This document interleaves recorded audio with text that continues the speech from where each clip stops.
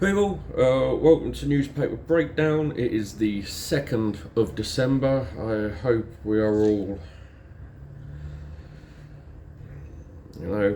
stuff to get through. Of course, there's a lot of news. There's even more news than normal, but I'm not going through it all because I would be here all fucking day, and we've all got shit to do.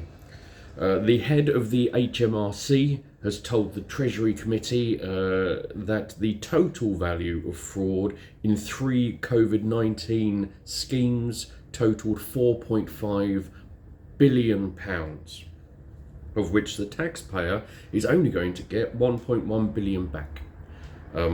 It's a continuation of the loss that the taxpayer has had to deal with over having a Tory government. We're not. This isn't even the VIP lanes. This isn't the PPE, the billions of pounds of PPE. This isn't even a 37 billion that we gave to Dido Harding for some fucking reason that went away. The fraud lost was through 3 main schemes. It was furlough, it was self-employed support, and Eat Out to Help Out scheme, which was Rishi Sunak's plan to spread COVID more efficiently. That particular scheme had the highest fraud rate, were 9% higher than any other scheme and much higher than you would normally be expected to see in tax regimes generally. So a real success story. It helped to properly spread COVID, and it was the best to dodgy on tax. The scheme operated on a self-assessment and relied on cafes and restaurants being honest, and it turns out they fucking weren't. The HMRC also becomes the first law enforcement agency to seize non-fungible token cryptocurrency assets over potential tax evasion. This is the NFTs, which is like an electronic picture that you can buy for money, that you can own. You're the only person who owns it unless anyone is able to do a screenshot. Absolutely pointless, but turns out quite good for tax evasion. Who would have thought that a newfangled idea like cryptocurrencies would have been used in such a way, except everyone, all the time. Of course it is. Stop being silly. The government has dismissed private warnings from the Electoral Commission over voter IDs, with the Electoral Commission saying it is neither secure nor workable by 2023. Government still plans to use 2023 votes as a learning experience, because this is all we are. We are the fucking guinea pig to whatever stupid fucking idea the government is coming up with. This all stems from the election bill that came in this year to bring in voter IDs. They want to bring in voter IDs because they want to stop poor people, young people, black people, Asian people, anyone who is not going to automatically vote for Tories from voting. They want to make it difficult. It is a power grab. Councils across England are unprepared for the new voter ID requirements. Thousands will potentially be turned away from ballots as a result. Voter ID is a terrible idea. It's to stop voter fraud, from which there is literally none. It's such a tiny percent, and the voter fraud that does occur is already illegal. It is the same that we do with, it's the same that happened like over the Levenson inquiry, and every year when we bring in new anti-terror laws. We already have laws against everything. Right, the Levenson inquiry is a prime example. We need to bring in laws to stop people hacking phones. It's already illegal. What you need is the police to do their fucking job. That's what you require. We already have laws. There's no point bringing in laws to stop the same fucking thing. And this with the voter IDs, voter fraud. The only type of voter fraud that's has occurred, we already have laws against it. It's already illegal. So you're bringing in something to stop something that's already illegal. And so you're not going to work in that way. And so there's only one reason that you're doing it, and it's a power grab. It is an attempt by the Tories to stop people from voting who would certainly not vote for them.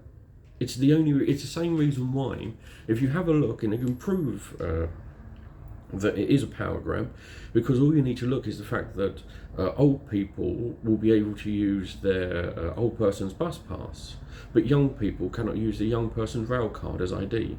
It is a power grab. Got other news. You've got Kate Bingham, who is the former vaccine task force chief, has said that the UK is not in a significantly better place to deal with a new pandemic. This continues. You see this years after years after years. When the COVID-19 happened, you may have seen the news stories that came out that we did in 2016. We did a test to see how prepared we were for a potential pandemic, and we were not prepared, and the government did nothing, absolutely fucking nothing. They knew we weren't prepared, and it's up to the government to make sure that we are prepared, and they didn't. And so we had hundreds of thousands of people die because we were not prepared. We are still not prepared. We've gone through a pandemic and we are still not prepared. We're still not doing anything for it. I hear people constantly want to go on about how, oh no, they're just incompetent, they're not evil. This type of story suggests to me that it has to be evil, because you can't, it's either evil or it's incompetent to an evil level. Kate Bingham went on. She said she went on to say that many of the initiatives set up by the task force has been dismantled, whilst key recommendations it provided had not been acted upon. Among her concerns were the failure to create bulk antibody manufacturing capabilities in the UK, and the proposed termination of the NHS COVID vaccine research registry that allows the public to show their willingness to participate in clinical trials for COVID vaccines. We do have the potential in this country to be world leading in a number of things.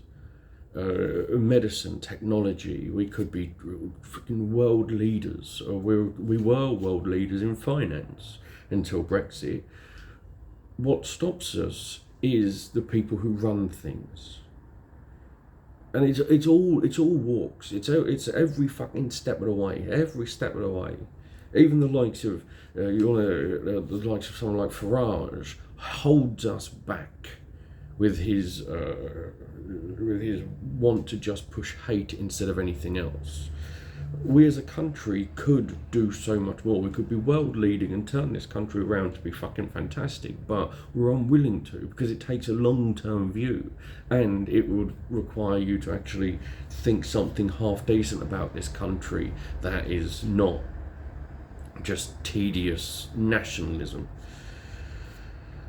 It appears that the entire British government has broken the ministerial code by failing to declare any conflict of interest since May. This is meant to be published twice a year, and it is a list of ministers' interests detailing outside interests and dealings for each minister. It takes weeks to do, so they're not going to, it's not like they can just chuck it out next week, because it takes weeks to do, to get it together, and cannot begin until they have an ethics advisor. Now, we haven't had an ethics advisor in the government for ages, since May, when Liz Truss came in. She didn't appoint one because, frankly, she didn't have the fucking time. Boris Johnson had two, and both of them resigned. The first one resigned over Priti Patel when she was proven to be a bully, and Boris Johnson did fuck all about it. And the second one resigned over Partygate. Sunak still has not appointed an ethics advisor. The ethics advisor oversees the regime, which is what the ethics advisor is there to do. He has been looking, but so far people have turned him down for the role because he's making sure that they don't get any particular powers, and so they can't even set up their own investigations. So an ethics advisor is just there on the whims of the Prime Minister, which is pointless. You can't be an independent ethics advisor with a fucking leash. Possible that there are a number of undeclared interests by government ministers. Sunak promised in July that appointing an ethics advisor would be one of the first things he did. He has since made over 125 other appointments. Once before has there been a government-wide breach like this. It was, of course, under Boris Johnson. Of course it was, because he started this idea when Sunak came in and said, what I'm going to bring is integrity and honesty and brilliance and whatever the third one was, compassion. Did he say compassion? It was all horseshit. He was the Chancellor under Boris Johnson. He did everything that Boris Johnson wanted. Everything. And you think he's going to come in and say, actually, I really disliked all of that. No, he was part of it. He was part of the problem. So he's not going to be coming in and changing everything, is he? That's madness. It was under Boris Johnson, where large payments to Johnson and ministers were kept secret for months. Once again, nothing happened. Nothing happened. This was the Downing Street refurbishment. This was the gold on the walls being paid for by someone else, and nothing happened. The corruption is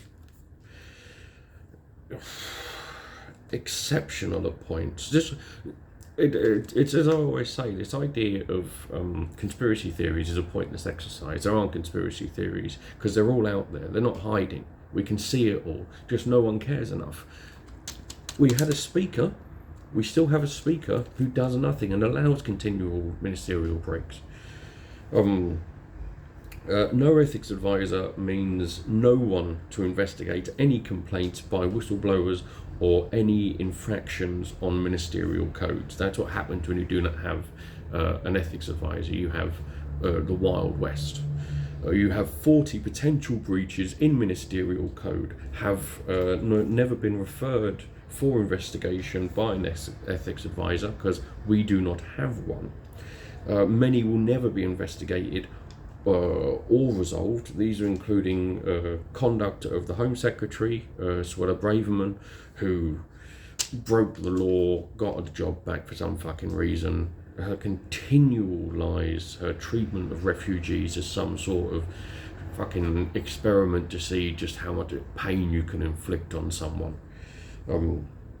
And the mass racism claims that have gone on in the Tory party on whistleblowers, because we do not protect whistleblowers. We should do. It should be one of our highest priorities to protect whistleblowers, because you have to give them the freedom to have the confidence to come out and say when something's wrong, knowing that they're going to be protected. But we don't. Because whistleblowers, stitches get snitches, brah, brah, brah, you know. Whistleblowers in one of England's worst performing hospitals have claimed a climate of fear is putting patients at risk. Former and current medical staff at University Hospitals Birmingham say they were punished by management for raising safety concerns. This is what happens when you do not protect whistleblowers. You may think that protecting whistleblowers isn't high in priority, but especially this is a prime example. If you do not have people with the confidence to come forward and say this is unsafe, you are putting other people at risk. People are dying because we are not protecting whistleblowers. A final piece of news, there is lots of stuff. You've got Indonesian fruit pickers being put into debt, coming over here, speaking to their embassy because they've been treated like shit.